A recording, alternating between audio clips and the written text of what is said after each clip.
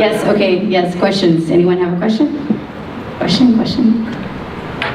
I have one. Yes, sir. Given, the running of Ted Cruz against Vito. Say that again? Ted Cruz was running against Vito. I looked up all the different areas of the state that voted mostly for Vito, and most of it is along the Rio Grande border, the Rio Grande River, all the way to El Paso. Can you explain that? Like everybody's conservative family member. Yeah, so we did our best, and we did actually help organize an event in Mission, Texas. It was in 2018. When I say lack of resources, I really mean it. I mean, I was going up to people that owned restaurants and saying, knowing that they're conservative because I was born and raised there, and I said, will you donate $250 for some Ted Cruz signs? Or will you, because I know that's a secret in the headquarters. If you have signs, people come in and, hey, signs are free, but you could help make a donation to help keep our doors open and our lights on. And so people were coming in, and so when I became chair, I didn't get a list, and I don't know if y'all do that here, but for the people before me, the chair before me, all the emails and phone numbers and all that, I didn't get any of that. So we started from scratch. And so everyone that came in for a sign, we took their email and their phone number. Sure. Is this better? This will be for the audience. Hello? That one's already on. Hello? Okay. And so we actually did really well with that event in Mission.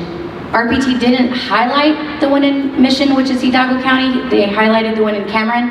And so I did kind of frown at that.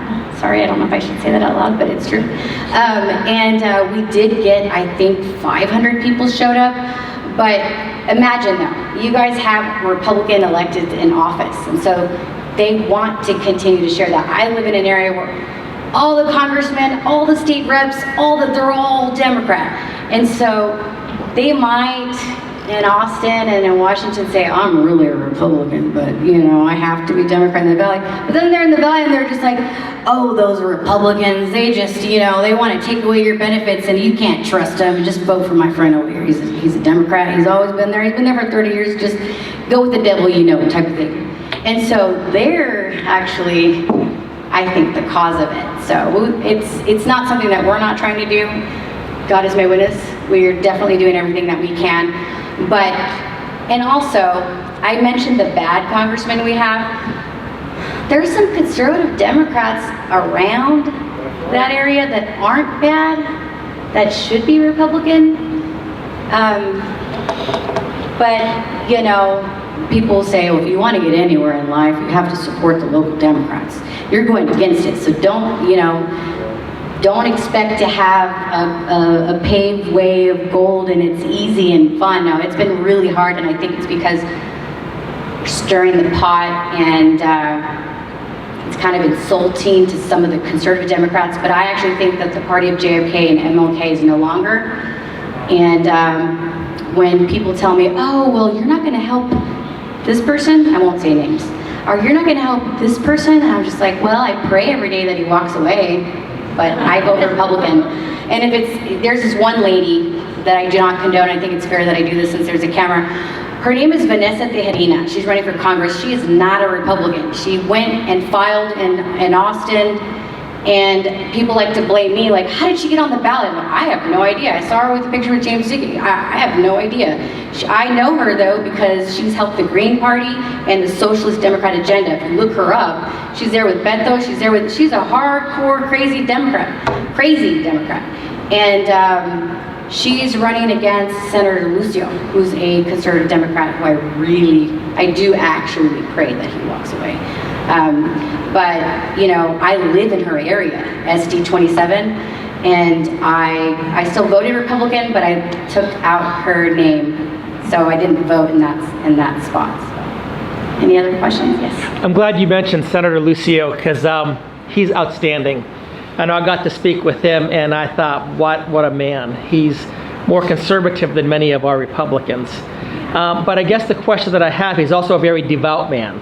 So my question is, how do many people reconcile a devout faith with being a Democrat. Now, I know that as a Democrat for Senator Lucio, he abandoned the immorality and the ungodliness of the platform. And I can live with that. But many people that have that devout faith, how do they reconcile that knowing what the Democratic Party stands for in issues of morality or immorality? So the 90% of how great he is, there's that 10% of, well, if I want to win, I have to be a Democrat. Right, I got that. And so one story that I shared with you guys earlier about Dr. Monforti, you see how I remember her name, and she said, do you want to know why there's racism in Hidalgo County? Because you elect people like Adrienne Pena and Senator Lucio. That was the second name that she said. So he is a good man, and he is a godly man. He stood on during the whole Wendy Davis filibuster with the catheter, and she was fighting for abortions after 5 months. He actually stood and advocated for life in a blue suit, and so he is a good man. I wish he was on our side. Yes, ma'am. Thank you for your coming and thank you for your story. I love it. It's really fascinating to see a Latina being discriminated by other Latinos. That's an amazing story. How has President Trump's 2019-2018 impact on the economy affected that area? And do you see people giving credit or recognizing President Trump's lowering the unemployment rate, encouraging businesses to do the regulations? Right, well, so there is a group called the Trump Train, and they have been going to so many cities, so many counties all over. I'm surprised if y'all haven't heard of them. And it is just mind-blowing how many people are there. I think the first weekend there was 5, and then there was 20, and then there was 100, and there was 200. Now there's 500, and then there's 700. This weekend, you know, I'm hoping that it's up to 900. And they're all holding signs with similar messages. And it's just polar opposites, though, the differences between the Republicans, how do you want to call them? Not protests, but they're like rallies, but they're called, it's called a Trump drive, though, so I have to be careful with what I say. It's called a Trump train drive. But I think that's an indicator that it is working. I mean, I believe he's 40% with Hispanics, and the number continues to climb.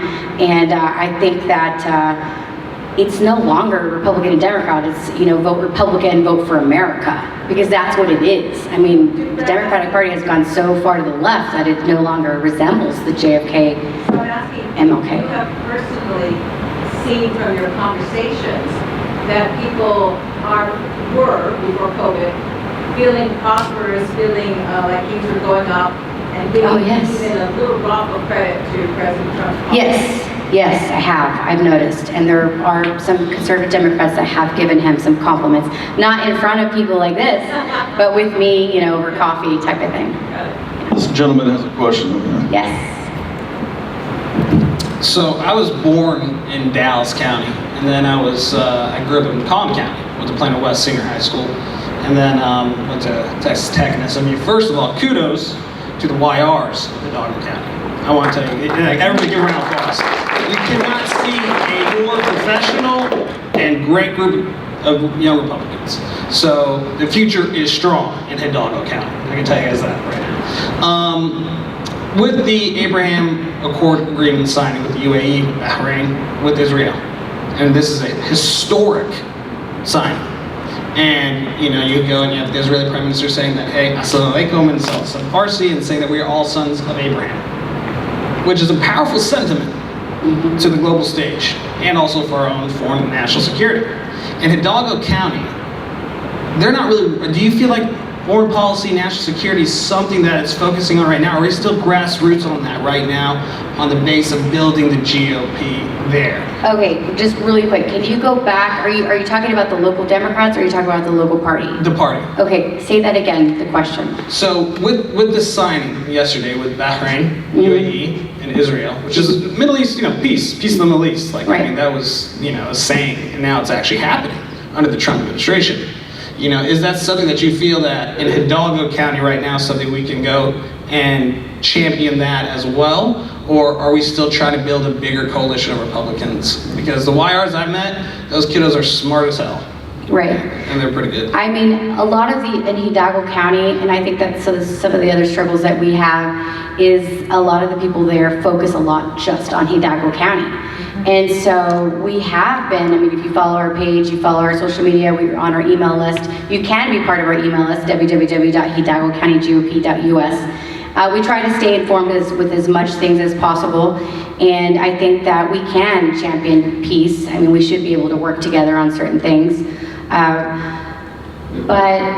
the grassroots Republican organization that I know, they're fed up. They're ready for change. They're going out of their way to expose, what the left is doing. I think there's some independent conservatives that are in there that may as well want to focus on some of the different things, but the grassroots that I know kind of stick to the same, rhetoric of, and it's important to me. I mean, I stand up here, my son is alive today because we chose life. And so traditional values is the core of where I stand. But I know that, the economy, like she said, and, global issues, we need to do our best to try to inform a conservative newsletter in the area. But all of our media in the Valley is Democrat. Yeah, Democrat, Trump is bad, Orange Man bad. I mean, there's really never any, not even middle of the road. I mean, media is supposed to share truth about the story and let the reader decide, and that's not what's happening anymore, unfortunately. I mean, I'm hoping I can still be optimistic that that'll change, but I have yet to see a positive story about the president on our local newspaper. One more round of applause for the Hidalgo delegation. I'd like to ask you a couple questions. Sure.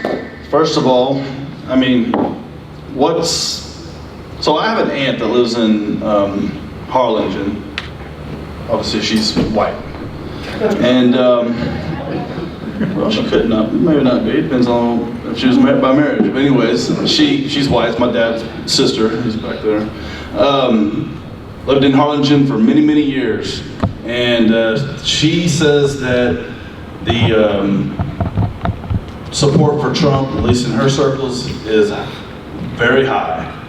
And I know Harlingen's a different county, that's Cameron County, but it's the Rio Grande Valley. And what specifically, where does the Hispanics feel about the wall? That's a good question, because you can ask me and I support it. At the beginning, I was not 100% sure that it was something physically that we could do, but after, the furlough happened and becoming good friends with some of these Border Patrol agents and their wives, and learning the safety, the importance of safety for them, who put their lives on the line. I mean, they leave their house, they leave their kids, and they go out there, and so if we can keep them protected, then we should definitely back it up. But there are some people that don't support it. Are there Hispanic? I'd say the majority of the Republicans in Hidalgo County support it. I'd say 85% support all Republicans. Is there Hispanics that love Donald Trump, they support everything, but they maybe are against the wall? I have a couple of, there's a couple of YRs. I don't like labels, right? But, they maybe don't think it's worth it fiscally, but when you 100% support the law enforcement, you support LEOs, you support Border Patrol, you support rule of law. It's not the most popular thing for a Hispanic to say nowadays nationwide, but I have no problem saying it. I support the wall. I know that most of the Hispanics in our area do, the Republican Hispanics. Yes. And my last question is, this is kind of more of a fun question to think about. I know that you have really wanting President Trump to come to the Valley. I know he was down there a year and a half ago to analyze or look at the Border Patrol and everything like that, and Vice President Pence has been down there. If President Trump came there tonight and held a rally in McAllen, what would the attendance be? Because right now he's having rallies of 20,000 right now. He had 2 nights ago in Las Vegas of 18,000. So what's the budget? Well, I guess whatever the Trump campaign wants to spend. Oh, okay, Trump campaign's gonna pay for it. Oh man, people would come over from all over for that. We're hoping to have an event, and we're praying for some national speakers to come on September 30th. It's a Get Out the Vote event. And I think it's a great way to show that even though we live on the border, it's still Texas. Yes. And I'm hoping that he does come to Hidalgo County and that he shows the state of Texas that he supports the Republicans on the ground, on the front lines, that are standing up for their values. They're putting their bodies in front of buses for this party. And so if anyone's going to do that, it's our president. So I'm hoping he does. But I'd say, I don't want to jinx it, but I think it would be incredible. It would be phenomenal.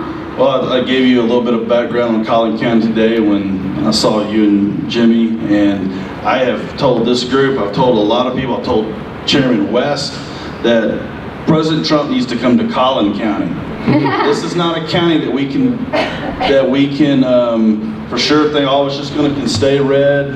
You know, it has been since the dawn of time, but that doesn't mean it will. I've spoken to somebody yesterday where I'm going in Pennsylvania, Lehigh County, Pennsylvania next week, and he asked me, is Texas turning blue? And I said, well, I think no, not right now. It sure as hell isn't. But to be real honest with you, if we don't do what we need to do, knock doors, get people to the polls, in 8 years it may be a totally, completely different situation. That's what I told him yesterday. He's like, wow, I would have. He said the media says, oh, they're turning Texas blue like tomorrow. I was like, yeah, they want you to think that because it's all about their suppression and make people have that doom and gloom feel. Same with the polls. Oh, Trump's down 15 in Michigan, which is a load of crap. But well, we can't get complacent. Exactly. And so I think that, you know, there needs to be more deployments. There needs to be more support. I think that President Trump is very convincing. We have had 6 Democrats switch to the Republican Party since 2010. If anyone could triple that number, it's him. He, you know, convinced, you know, some of these conservative Democrats that we want them to come. They're welcomed. We want them to become Republican. And I think that that's also something that we need to work on as a Republican Party is to be more welcoming and try to show why. Because, you know, my dad switched parties and there was this one gentleman. I was running for the GOP chair. Senator Cornyn was having a fundraiser at somebody's house, and there was a gentleman there, and I gave my spill. And I was like, hi, I'm running for GOP chair. Would you ever vote for a Republican? And I assumed yes because we were at the fundraiser. And he said, why? He was inebriated. But he said, why? So I could be like your father, Bishop Benedict Arnold, you know? And so they've used him as a martyr of this is what happens when you switch parties. And so I think this is a great opportunity, because that's what our GOP stands for: growth, opportunity, and prosperity. I am a firm believer that if we win these few spots, that it'll bring economic development, that it'll bring more jobs, that it'll bring more opportunities, that it'll bring President Trump. That's exactly what we need to do, and that's what's going to encourage people to switch as well.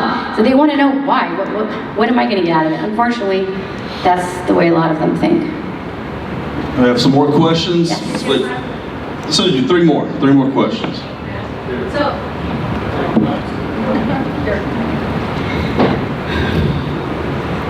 one of the arguments that I think should be persuasive, but from your experience, I don't know if it is that the Democrats that you're holding on to, as you would say to the Democrats in your area, the Democratic Party that you keep supporting, that train left a long time ago.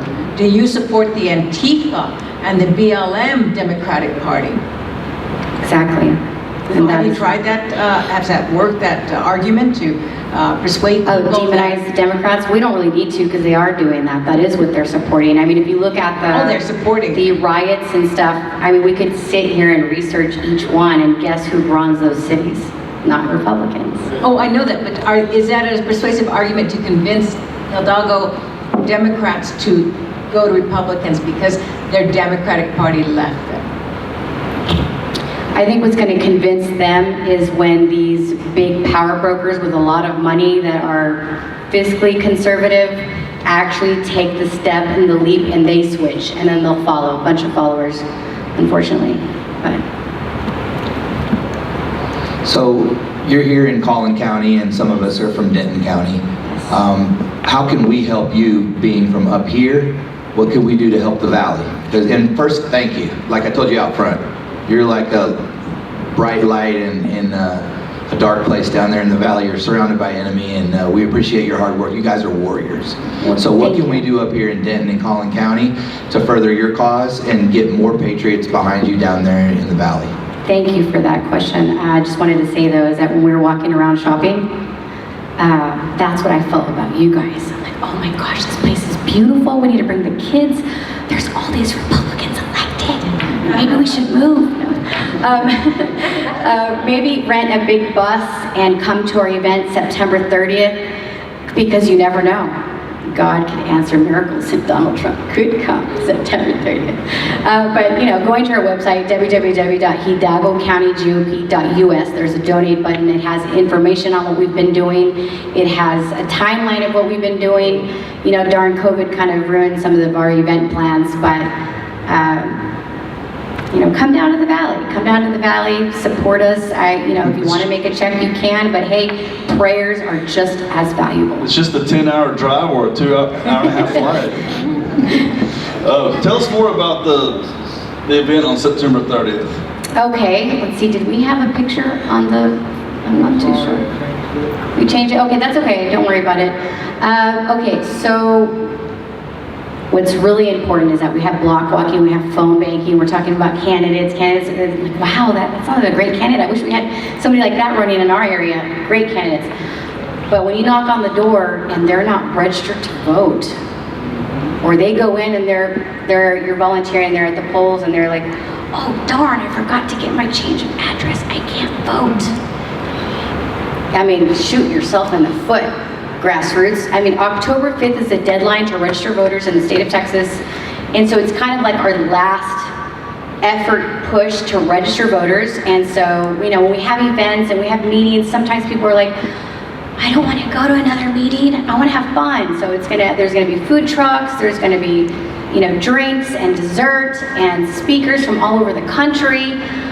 We have the Republican National Hispanic Assembly. I mean, if you know any other organizations that would like to come, they're welcome. Who are some of those speakers?